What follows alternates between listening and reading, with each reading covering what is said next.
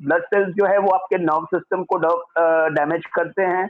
आपके other particles जो हैं ब्लड के फॉर्मेशन से, ब्लड के जो पार्टिकल्स हैं वो कहीं ना कहीं से उसमें ओवरऑल फंक्शनिंग जो होती है ब्लड की वो इफेक्टेड हो जाती है। तो उसमें डैमेज आपका कार्डियक इश्यूज भी बढ़ते हैं, मतलब डायबिटीज होने से उसमें आपकी एंजाइटी बढ़ती है तो कार्डियक इश्यूज, हार्ट के प्रॉब्लम जो है वो इंक्रीज हो जाती है। इससे डायबिटीज वो एक टाइम के बाद में स्लाइट डेंजरस, वो थोड़ा सा एक इशूज है। कार्डियक कार्डियक अटैक्स और आपको जो कार्डियोवैस्कुलर इश्यूज हैं वो इंक्रीज हो जाते हैं। तो एक ब्लड प्योरिफिकेशन के लिए हमको कुछ पैटर्न्स देने होंगे। I will discuss certain pattern जिससे आपका ब्लड फ्लो रेगुलेट करता है, वो जो सी का पैटर्न्स है।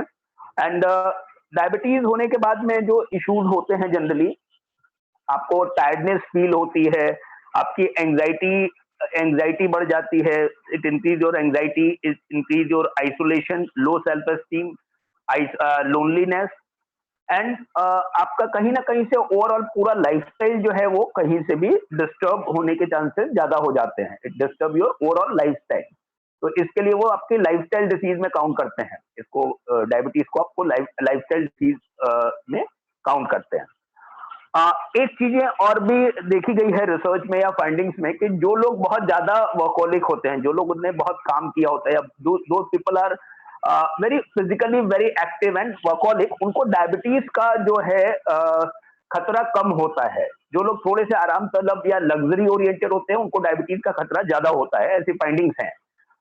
मेडिकली ऐसा फाइंडिंग्स हैं कि जो लोग अगर बहुत ज्यादा मेहनत वाले, जो लोग मेहनत कश होते हैं, जो लोग ज्यादा लेबोरियस वर्क करते हैं, उनको डायबिटीज का खतरा कम होता है। इसमें फाइंडिंग्स आपको देखना होगा, शायद मिल सकती है, बिकॉज आपको कहीं ना कहीं से आप लेबर वर्क करते हैं या फिजिकली अगर आप वर्क करते हैं तो आपको स्ट्रेस का कंपोनेंट जो है वो थोड़ा हद तक कम हो जाता है। स्ट्रेस होता है बट आपको ब्लड के इम्प्योरिटीज को जो होता है वो जनरेट नहीं होता है, क्योंकि आपका आपका इन्वॉल्वमेंट, मतलब कहीं ना कहीं से लग्जरी का जो है, लग्जरी ओरिएंटेड या जो लोग आराम तलब होते हैं या जो लोग थोड़े से लेथार्जिक होते हैं उनको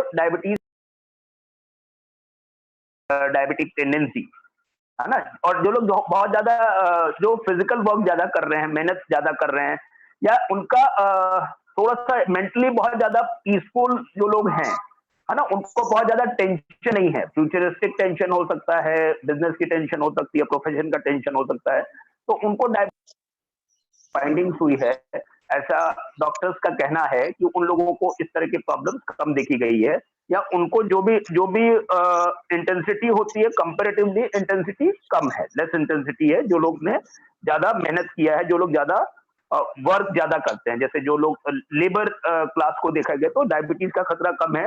इसीलिए इसको राजरोग बोला जाता है कि ये लग्जरी वाले चीजों में ज्यादा होता है।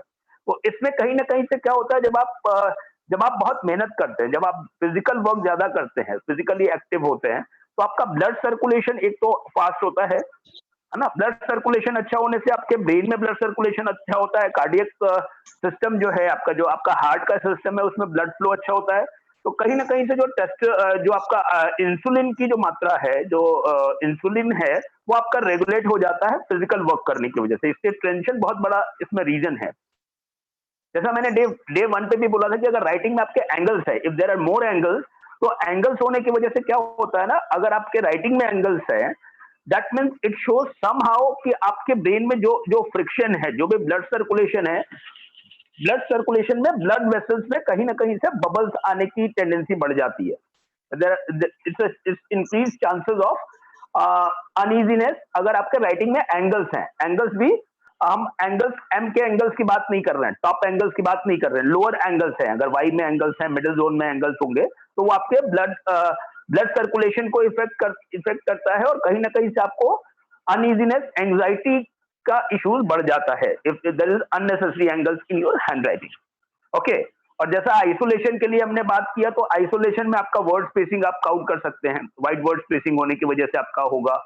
लेफ्ट मार्जिन पे भी अगर आइसोलेशन ज्यादा है, आप सोसाइटी से कनेक्ट नहीं है, तो कहीं ना कहीं से एक फियर हो जाता है, एक फियर की टेंडेंसी डेवलप हो जाती है। It increase your isolation tendency and loneliness भी उसमें फीलिंग्स आती है अगर आपका वाइड स्पेसिंग है, left side is wide spacing, and interpersonal relation अगर वाइड है तो भी आपके अंदर एक लोनलीनेस, एक खालीपन हो जाता है।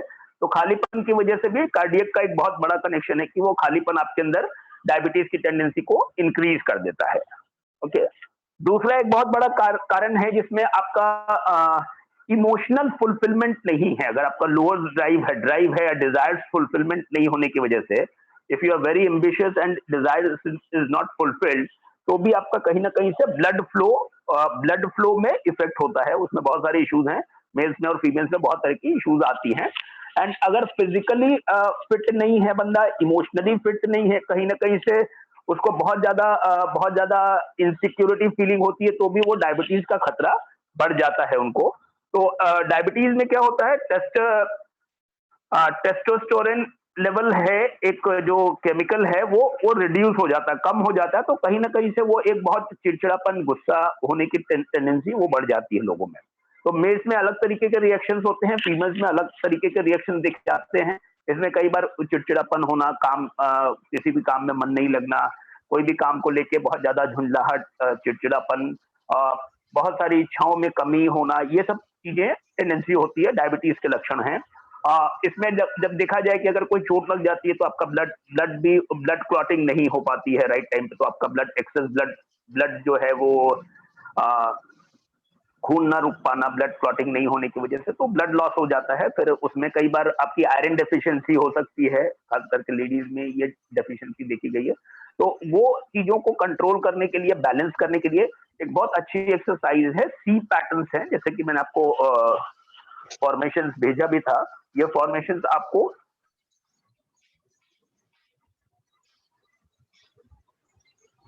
सी फॉर्मेशन, एक सीधा सी एंड उल्टा सी करना है, मिरर इमेज करना है। First you have to draw, मैं इसको इमेज डिफाइन कर रहा हूं।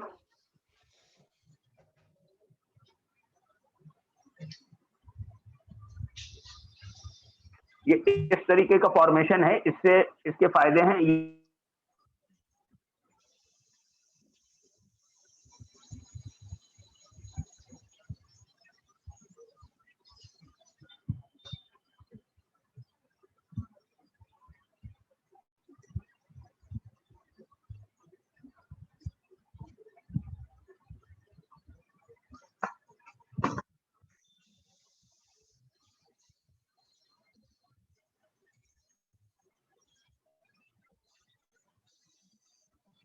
ये आप देख लीजिए पहले।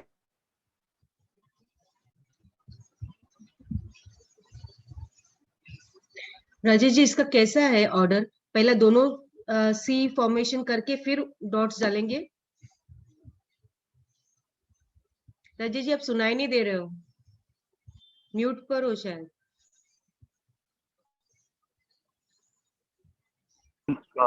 यस, हाँ, तो ये जो फॉर्मेशन है, ये फॉर्मेशन पहले आपको एंटी क्लॉकवाइज करना है, डॉट ऊपर डॉट करना है, नीचे डॉट करना है, फिर एक क्लॉकवाइज होगा। तो ये इससे आपका ब्लड सर्कुलेशन जो है रेगुलेट हो जाता है, ब्लड फ्लो रेगुलेट करता है ये इससे माइंड बॉडी कोऑर्डिनेशन अच्छा हो जाता है, आपकी थिंकिंग और एग्जीक्यूशन दोनों चीजें, माइंड बॉडी कोऑर्डिनेशन जो रेगुलेट होने की वजह से आपका थिंकिंग, जो भी आप प्लान कर रहे हैं, जो एग्जीक्यूट कर रहे हैं, और बेसिकली आपका लेफ्ट ब्रेन और राइट ब्रेन वो सिंक्रोनाइज तरीके से काम करने लगता है। तो आपका ब्लड फ्लो एंड आपके आइडियाज, आपके इंफॉर्मेशन जो है वो इंफॉर्मेशन प्रॉपर तरीके से सर्कुलेट होने लगती है ब्रेन से आपके बॉडी में। मतलब फिजिकली आप फिट भी हो जाते हैं इससे, बिकॉज आपकी मेंटल वेवलेंथ से और फिजिकल वेवलेंथ से एक कोऑर्डिनेशन होता है, ठीक है। एंड ये ब्लड प्यूरिफिकेशन भी करता है कहीं ना कहीं से, it purifies your blood purification. Iron deficiency से कम हो जाती है आपकी, आयरन बैलेंसिंग, ब्लड में जो आयरन का कंपोनेंट है वो बैलेंस हो जाता है। And it regulates your insulin also, ये इंसुलिन भी इसको रेगुलेट करता है। तो ये बहुत अच्छा पैटर्न है। और दूसरा एक पैटर्न जो मैंने आपको 3 पैटर्न्स कल बताए, ये ऑर्डर समझ में नहीं आया।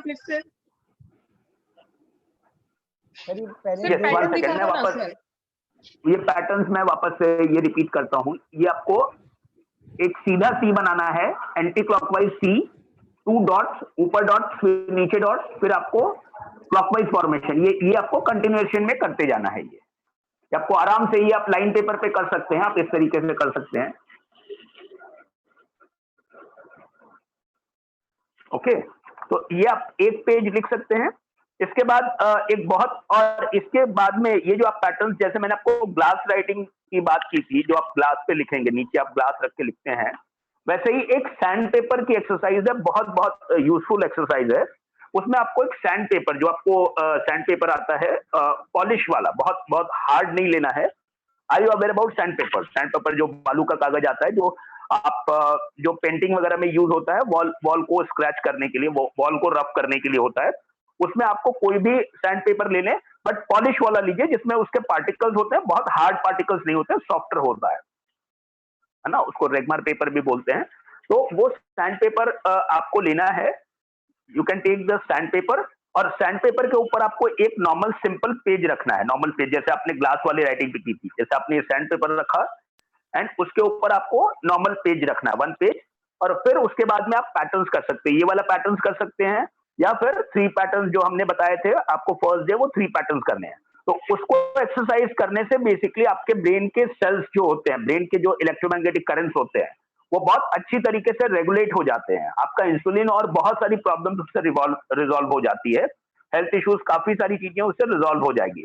थोड़ा सा लिखने में it is not smooth writing basically. जब आप सैंड पेपर पे लिखते हैं तो स्मूथ नहीं होगी राइटिंग, स्मूथ नहीं होगी, बट आप पेन से उसको लिख सकते हैं। तो आपके ब्रेन में वो जो करंट्स होता है ना, तो जो आपका सैंड्स का इफेक्ट होता है, वो बहुत पॉजिटिव होता है आपके ब्रेन सेल्स को रेगुलेट करने में।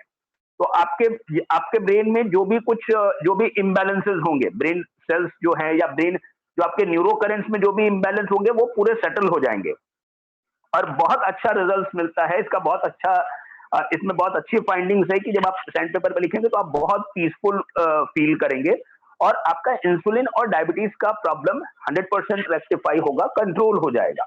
बिकॉज डायबिटीज ऐसा नहीं कि आपका एकदम से खत्म हो जाएगा, बट कंट्रोल हो जाएगा, आपको बहुत पॉजिटिव उसमें रिजल्ट्स मिलेंगे। ठीक है, तो ये आपको एक बहुत अच्छी इंफॉर्मेशन देनी थी अभी, कि आप ये 2 पैटर्न्स करें, मतलब ये पैटर्न्स ये करें, और सैंड पेपर के ऊपर भी जो पैटर्न्स लिखने वाले हैं, 3 पैटर्न, जो आपका एस फॉर्मेशन है, और वो पैटर्न्स जो दूसरे पैटर्न्स हैं आई डॉटिंग वाले, वो आप कर सकते हो। और ये वाला सी पैटर्न भी लिख सकते हैं, ग्लास पे लिख सकते हैं या सैंड पेपर्स पे लिख सकते हैं।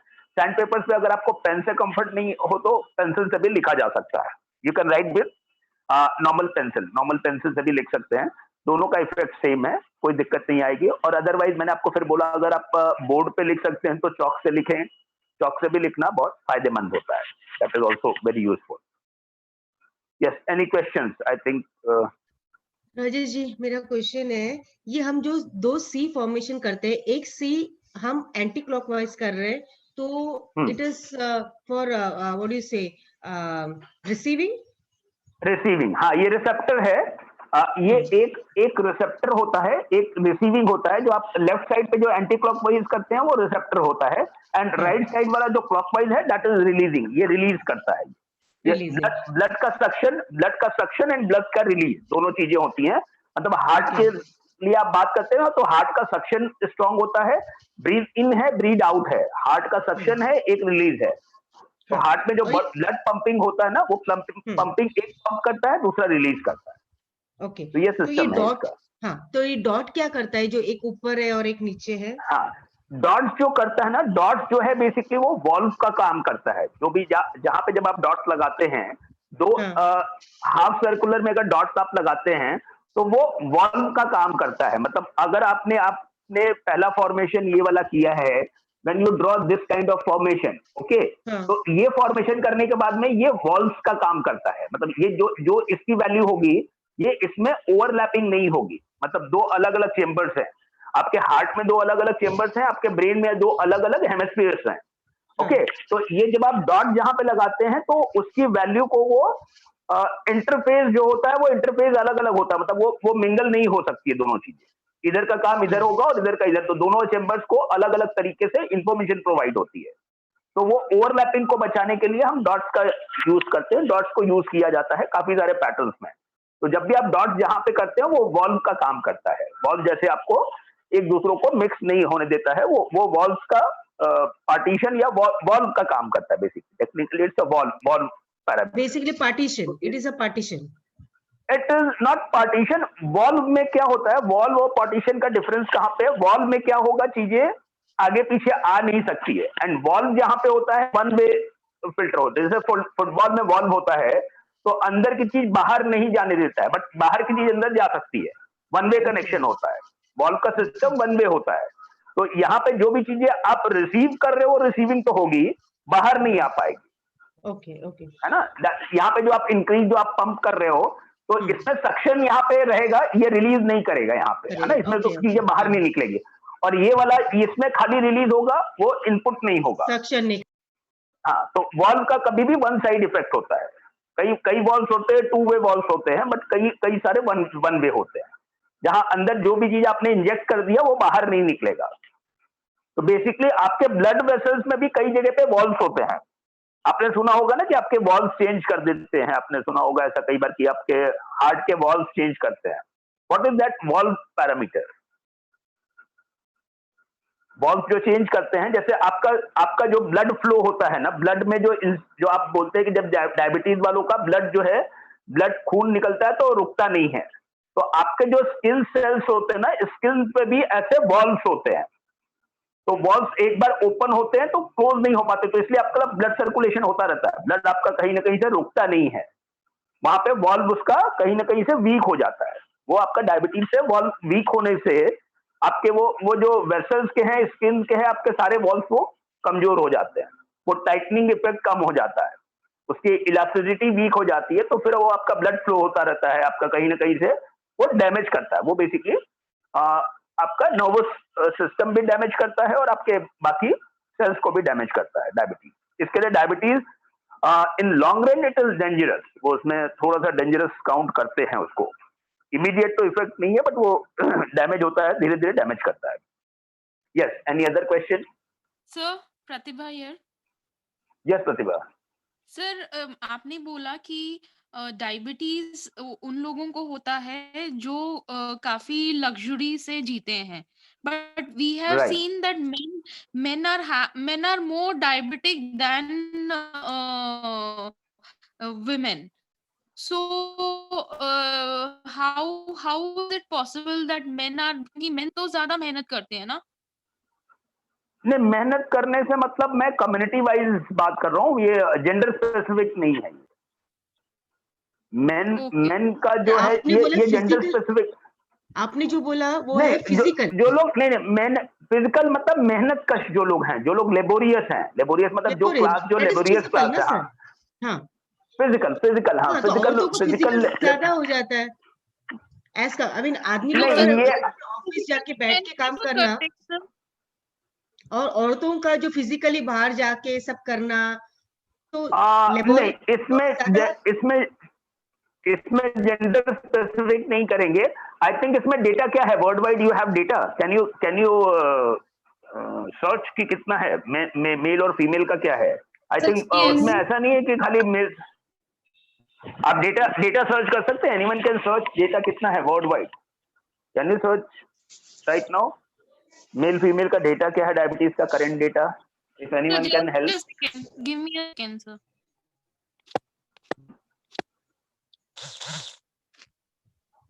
राजेश जी। यस प्लीज, बोलिए। ये जो सैंड पेपर है जिसके ऊपर रख के, अच्छा ओके, ग्लास के ऊपर रखना है, तो अगर मैं डाइनिंग टेबल पे ग्लास है तो हम उसके ऊपर डायरेक्टली पेपर रख के लिखना है ये?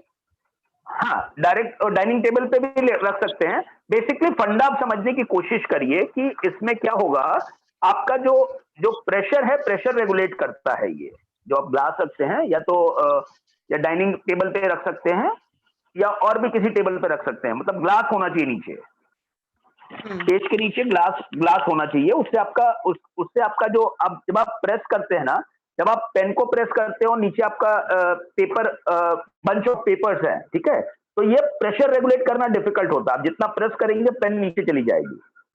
तो जब हार्ड सरफेस होगा तो आपका वो प्रेशर नीचे नहीं जाएगा, वो आप उतना इंग्रेज नहीं हो पाएगा, तो वो डायरेक्ट आपको ट्रिगर करता है ब्लड सेल्स को, वो न्यूरो सिस्टम को ट्रिगर करता है। अच्छा, बेसिकली प्रेशर कम होने के लिए हम ग्लास के ऊपर कर रहे हैं सर, ऐसा है क्या ये? प्रेशर कम करने के लिए और प्लस रेगुलेट करने के लिए आपका यूनिफॉर्म हो जाएगा। आपका जो है ना, ये आप इसको मैग्नीफाइंग से देखेंगे तो आपका रेगुलेट होने लगेगा धीरे धीरे धीरे धीरे, प्रेशर आपका रेगुलेट हो जाएगा। नहीं तो कई बार क्या होता है ना, अप्स एंड डाउन होते हैं आपके प्रेशर में, आप उसको मैग्नीफाइंग इफेक्ट में, बट हार्ड सरफेस पे होने से वो आपका रेगुलेट हो जाएगा। अगर बच्चों के लिए अगर सिस्टम किया जाए तो दैट इज एक्स्ट्राऑर्डिनरी रिजल्ट हो सकता है। जो भी टेंशन स्ट्रेस जो है उसमें उनका प्रेशर रेगुलेट होने की वजह से फ्लक्चुएशन जो होते हैं, मूड स्विंग्स होते हैं, जो एंजाइटी होती है, वो चीजें बहुत अच्छे से फायदा मिलेगा।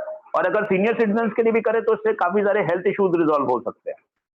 अगर ग्लास पेपर वाला और ये सैंड पेपर वाला भी करें, these techniques are very very useful। जी जी, ये हम दूसरी चीज के लिए भी, मतलब जैसे दूसरे पैटर्न्स है जो हम लोग करते हैं, ग्राफो पैटर्न, उसके लिए भी ये अच्छा रहेगा ग्लास के ऊपर करना? ग्लास पे कर सकते हैं, ग्लास पे कर सकते हैं, ग्लास पे उसका पैटर्न्स का उसका इफेक्ट बढ़ जाएगा, डेफिनेटली इफेक्ट बढ़ जाएगा।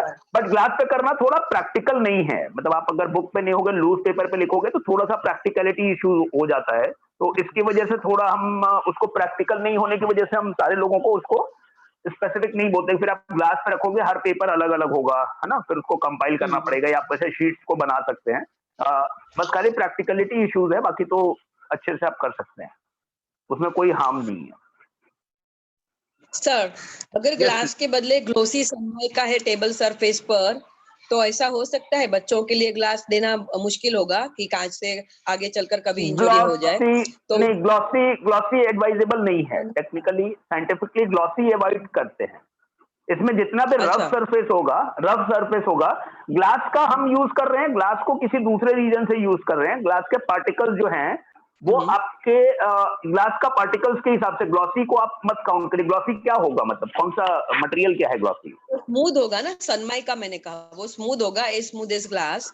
नहीं, सनमाइका का इफेक्ट नहीं, सनमाइका का इफेक्ट अच्छा नहीं होगा, उसमें अलग कुछ इश्यूज आएंगे सनमाइका में, एज पर edge Sunmica is concern.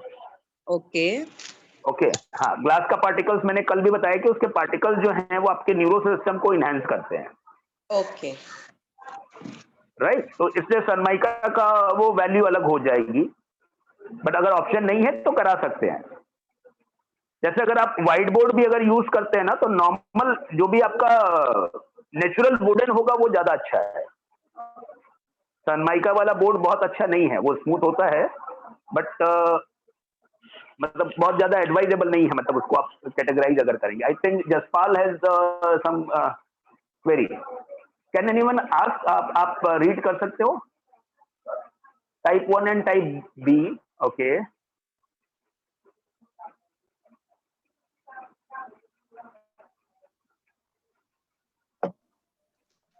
There are two types of diabetes, type 1 which is more common in children and type 2 which is more common in adults. Type 1 diabetes is caused by an autoimmune response to insulin producing beta cells in the pancreas and is associated with genes and environmental factors. And type 2 diabetes is due to increased insulin resistance associated with weight gain, inactive lifestyle and poor diet. Type 2 diabetes is more frequently found in men, especially at ages of 35, where men are twice as likely to develop diabetes with onset at a much lower average BMI. Okay, so basically, yes, data is I'm much aware. Basically, males में diabetes ज़्यादा होने के tendencies है, right? Okay. Yes, sir. इस article के accordingly यही लगता है। हाँ, बेसिकली कंट्री वाइज थोड़ा सा डिफरेंस है, बट मेल्स का क्या होता है ना, इमोशनल रिलीज नहीं होने की वजह से उनको कहीं ना कहीं से वो प्रोन ज्यादा होता है, बिकॉज इमोशनल रिलीज नहीं है, रिलीजिंग ऑफ इमोशंस नहीं है, इसकी वजह से सर्टेन बीमारियां जो हैं वो मेंस को ज्यादा हैं, फीमेल्स को कम है। उसका एक साइंटिफिक रीजन ये है कि बच्चों का जो है वो तो अलग सेगमेंट है, वो डायबिटीज जो टाइप 1 टाइप 2 है, वी विल डिस्कस, एक उसका पूरा डेटा स्ट्रक्चर के साथ हम डिस्कस करेंगे किसी और टाइम पे। बट मेल्स को कम होता है, कोई चीजें या ज्यादा होती है बिकॉज मेल्स को इमोशनल रिलीज नहीं होता है, तो जो बैलेंसिंग फैक्टर है वो फीमेल्स का कई बार ज्यादा अच्छे से काम करता है कोई कोई डिसीज में, जहाँ पे उनको रिलीज करने का है, जैसे फीमेल्स को वो इमोशनली रिलीज हो जाती है चीजें, तो वो रिलीजिंग की वजह से वो चीजें नलीफाई हो जाती है, कम हो जाती है। और मेल्स को इफेक्ट ज्यादा होता है बिकॉज मेल्स के अंदर फ्लेक्सिबिलिटी कम पाई गई है, मतलब किसी भी तरीके की फ्लेक्सिबिलिटी जो है वो अगर आप सेल्स पे अगर काउंट करें या टिश्यूज पे काउंट करें तो वो फ्लेक्सिबिलिटी जो है वो कम होती है, तो इसकी वजह से भी हेल्थ इश्यूज का वो इश्यूज काउंट होता है। और टाइप 1 और 2 जो है चिल्ड्रन वाला, वो उसका अलग है, उसमें हम कभी डिस्कस करेंगे पूरे डिटेल्स के साथ में। राजेश जी, यस क्या हम बोल सकते हैं जो लोग मुफट होते हैं वो लोगों को हेल्थ कंडीशंस अच्छे रहते हैं उनके, मतलब जो मतलब कुछ रखते ही नहीं है, जो भी है सीधा बोलते हैं, जो लोग ब्लंट होते हैं, मुफट होते हैं, या जो लोग बहुत ज्यादा किसी चीज को अगर रिस्पॉन्ड कर देते हैं या रिएक्ट कर देते हैं, तो उनको कोई चीजें मतलब उनके बैकलॉग्स कम हो जाते हैं, वो कहीं ना कहीं से रिलीज कर जाते हैं, उनकी रिलीजिंग फैक्टर्स अच्छे होते हैं। तो ये भी एक अच्छा फैक्टर है कि अगर कोई चीजें अगर आप रिलीज कर देते हो तो चांसेस ऑफ डिसीज और डिसऑर्डर होने के चांसेस कम होते हैं। तो आपको कोई भी चीज है ना उसको रिलीज कर देना चाहिए, मतलब वो कहीं ना कहीं से आप फाइलिंग करते हैं, वो चीजों को बैकलॉग करते हैं, तो आपके हेल्थ इश्यूज, आपका सिस्टम स्लो हो जाता है। बेसिकली जब सिस्टम स्लो होगा तो उसमें फिर बहुत सारी चीजें है ना, नेगेटिव इम्पैक्ट उसमें स्टार्ट हो जाते हैं। तो you have to release your emotion, you have to release your thought, you have to be interactive. अभी आगे आने वाले समय में लोगों का इंटरेक्शन कम हो रहा है, मतलब फिजिकल इंटरेक्शन कम हो रहा है, मिलना बात करना कम होगा, तो कभी भी आप शेयर करने की कोशिश करिए। वर्चुअल भी आप जितने भी कनेक्ट होंगे तो वर्चुअल में कनेक्टिविटी में एक आपका इमोशनल बॉन्डिंग कम हो जाता है क्योंकि वर्चुअल है, तो बट आप इस तरह के सेशंस करिए, ये भी बहुत हेल्पफुल है, जिसमें आप अपनी बातें शेयर करें, लोगों से डिस्कस करें, लोगों की हेल्प करें, है ना। तो जितना इंटरेक्शन करेंगे तो आपका एक रिलीज फैक्टर बहुत अच्छा होगा, और उसमें लिखने से डेफिनेटली तो फायदा है कि लिखने से आपकी चीजें रिलीज होगी, क्योंकि अभी एक बहुत बड़ा प्रॉब्लम आने वाला है दुनिया भर में, जो आपका कॉग्निटिव डिक्लाइन है, जो आपके मेंटल इश्यूज हैं, मेंटल वेलनेस की चीजें, कि हर इंसान अपने को बहुत ज्यादा असुरक्षित महसूस करेगा, एक फियर फैक्टर है, एक इनसिक्योरिटी है, एक डर का माहौल है, चाहे वो हेल्थ से रिलेटेड हो, चाहे बिजनेस से रिलेटेड हो, चाहे एम्प्लॉयमेंट से रिलेटेड हो। तो कहीं ना कहीं से डर को ओवरकम करने के लिए आपके पास कोई, या तो फिर उसमें आप दवाई लें, मेडिसिन लें, या फिर आपको नेचुरल थेरेपीज जो है, नेचुरल जो आपके रेमेडीज हैं वो आपको बहुत कारगर सिद्ध होने वाले। तो आप जो भी नेचर के साथ में रहेंगे तो आपको आगे आने वाले समय में जो भी डिफिकल्टीज चैलेंजेस है उससे आपको बहुत फायदा मिलेगा।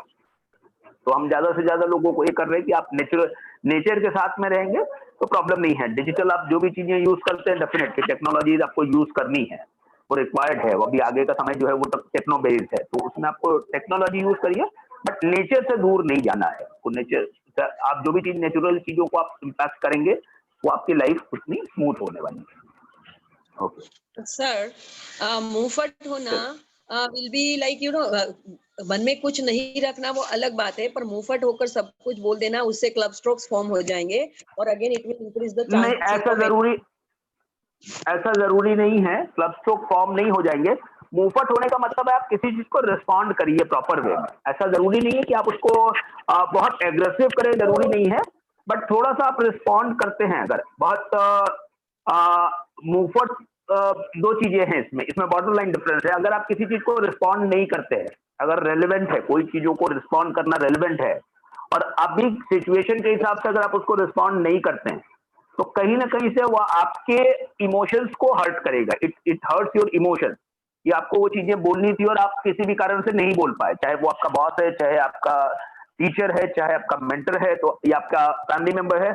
आपको रिस्पॉन्ड करने की आदत इंक्रीज करनी चाहिए। You have to be reactive होना चाहिए उसमें, क्योंकि क्या होता है आपके ब्रेन में या आपका थॉट जो भी होता है, आप कोई चीज को रिस्पॉन्ड नहीं कर पाते तो एक फाइल जनरेट हो जाती है। जैसे कंप्यूटर में फाइल जनरेट होती है तो फाइल वो आपकी डिलीट नहीं होती है, वो हमेशा जनरेट होती है, वो हमेशा बार बार आपके सिस्टम को स्लो करेगी। ओके, तो वो जब सिस्टम को जब जनरेट करेगी तो हम आपका सारा कुछ सिस्टम जो है, सारा हेल्थ का सिस्टम, सारा वेल्थ का सिस्टम, सारा रिलेशनशिप का सिस्टम को वो कहीं ना कहीं से हैम्पर करेगी। जैसे आप मोबाइल फोन पे आपके ज्यादा डेटा स्टोर होने की वजह से आपका मोबाइल का स्पीड कम हो जाती है, फंक्शंस में प्रॉब्लम आने लगती है। तो उसको जितना आप क्लीन करेंगे, क्लेंजिंग जितना करेंगे, उतना आपको सिस्टम आपका स्मूथ होगा, और सिस्टम स्मूथ होगा तो उसमें हर तरीके का फायदा है, हेल्थ वेल्थ रिलेशनशिप सारी तरीकों की सारे फायदे आपको मिलने लगेंगे, because you are somehow you become receptive, आप रिसेप्टिव हो जाते हैं, आपको नई चीजों के लिए स्टोरेज बढ़ जाता है, आपके ब्रेन में भी आपके बॉडी में भी, है ना। तो वो एक अच्छी चीज है कि उसमें आप कोई भी चीज को रिएक्ट जो है करना है वो किसी भी तरीके से हो सकता है, कोई मतलब अगर गुस्से से नहीं करके उसको आप स्लो वे में भी कर सकते हैं। तो जो लोग भी मुंहफट लोग हैं तो बहुत ज्यादा बुरे नहीं हैं, आप ये भी डेटा आप देखेंगे कि जितने लोग अगर बहुत ज्यादा किसी चीज को दिल में नहीं रखते हैं तो उनको लाइफ में इश्यूज कम होते हैं। उनको इश्यूज ये हो सकता है कि किसी को उन्होंने बहुत ज्यादा रिएक्ट कर दिया तो वो रिलेशन टाइमिंग के लिए हो सकते हैं, मुंहफट इंसान जो है वो कभी भी बहुत ज्यादा लॉन्ग रन में बहुत प्रॉब्लम नहीं होती है, मतलब जो भी कुछ है वो रिलीज कर देता है, वो अपने दिल पे नहीं रखता है। यस अनुपमा जी, बट इसको डिप्लोमेटिकली आपको कैसे हैंडल करना है सिचुएशन, ये तो आपको समझना पड़ेगा कि आपको ऐसा नहीं कि आपको उनसे लड़ लेना है, बट आप उसको डिप्लोमेटिकली कैसे आप रिलीज कर पाएंगे, अपनी बात कैसे रख पाते हैं, how you present your task, how you present your thought process, वो प्रेजेंटेशन आपको सीखना पड़ेगा कि आप उनको कैसे आप उनके साथ शेयर करेंगे, that you have to understand, वो आपको सिचुएशन के अकॉर्डिंगली सीखना पड़ेगा या आप उसको समझ सकते हैं, बट डेफिनेटली वो आप दिल में मत रखिए। पुराने जमाने में बोलते थे कि आप दिल में मत रखिए किसी भी चीज को, आप उसको रिलीज करिए, बिकॉज आपकी बॉडी में जो भी चीजें हैं वो जब रिलीज होती जाएगी तो आपका स्टोरेज मतलब एक कहीं ना कहीं से अनवांटेड स्टोरेज होता चला जाएगा, तो फिर उसमें फिर बहुत सारी फिर उसमें चीजें कंपाइल होगी, फिर आपके निगेटिव थॉट्स आएंगे, फिर आपको फियर डेवलप होगा, फिर आपको ग्रजेस आएंगे, तो it's better you have to release में फिर आपका साइकिल वो क्लेंजिंग वाला साइकिल चलने लगेगा। Hello, yes please. हाँ सर, मैं अलका बोल रही हूँ सर, मैंने अभी 5 मिनट पहले ज्वाइन किया, थोड़ा रिपीट कर देंगे क्योंकि ये थोड़ा नहीं, आपको रिकॉर्डिंग मिल जाएगी, रिकॉर्डिंग कर रहे हैं, रिकॉर्डिंग आपको मिल जाएगी, ओके, थैंक यू आज रिकॉर्डिंग हो रही है जी, ठीक है, ओके। यस, बाकी हाँ, yes Maharaj. Sir, I missed the yesterday class. I am very feel ashamed that I cannot join. No issue. Let me check if someone has a recording. Definitely we will share. No issue, because I don't have that recording system at my end. But if someone has recording, we will definitely share. No worries. I will share all the details afterwards. Okay. Yes. Any other question? How was your experience with all this 3 days diabetes seminar? Because this is a series of webinar. How was your experience? Just share. I am so surprised. Till now, I cannot believe myself. Is it possible to identify people health and diabetes to yes. writing? It's a very surprising, like big surprise for me. When you understand, there's no question of surprising, or there's no, because if anything is science, so you have to understand first. Otherwise, if you are not experienced, that become magic for you. But once you experience, once you enjoy, definitely there are lots of learning possibilities. We are planning a very unique platform for learners, those who want to explore their ability to how you can connect with handwriting and health. So we plan proper clinical research kind of thing. If anyone interested, just let me know. So we collect certain handwriting samples, and we just make this proper segmented formation. So what is the reason diabetes? Why diabetes? The type 1 diabetes, type 2. What is the symptoms? What is the reason? What is the overall factors? Okay, and then you combine with handwriting. We have set of certain 100-200 samples. We can correlate with some clinical evidences. There are certain machines.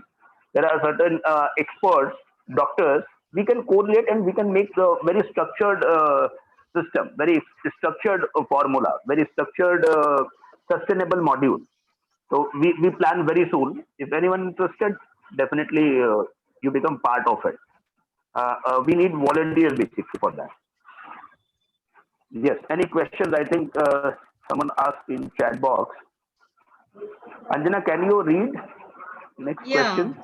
Hello. Yeah, I mean, someone has asked how to identify allergies and stammering. Allergic stammering. No, it's difficult because there are so many reasons. This topic is only for diabetes, so we will discuss any other time. There are so many reasons for stammering. There are so many reasons for allergic. Allergic is a short-term allergy, it's a long-term allergy, and same way in stammering also. Stammering may be for time being. If I stammer, it means there is some kind of fear. Stammering is something. There are certain variations. If I am not comfortable with crowd, if I am not comfortable with these kind of webinar, I am stammering. It means I can't understand. I think something else and I speak something else. So when fluency disturbs, it creates stammering. Okay, so there are so many reasons. There are scientific reasons. There are genetic reasons. In case of diabetes, this type 1, type 2, there are some genetic issues also. It may be your hereditary. It means you can continue that that trait, that health aspect. Okay. So first we have to identify, we have to understand, because there is in graphology, in handwriting, there is not any specific one letter which represents your health issue. There is no single letter which represents your finance. Why your finance is disturbing? Why you're not getting success in life? So this is consolidated study, not this one parameter. But definitely, yes, one parameter may be very it may play very vital role, very dominant role. Then we can understand these parameters more prominent in this kind of health issues or financial issues, any of the issues. So first we have to understand why it happens. So definitely we will. 1 minute. Sir, will you we will discuss. No. Okay. So we will discuss anytime the allergies, different kind of allergies, different kind of stammering, different kind of fears, phobias. Definitely we just stay connected and we discuss next time very soon. Okay. Yes. Any other questions? Sir, only few seconds left. Okay. No, we will join. Next time we can join. Hello. Yes, please. Rajesh sir, can I ask one question? Yes, one second. In next session, just wait for, because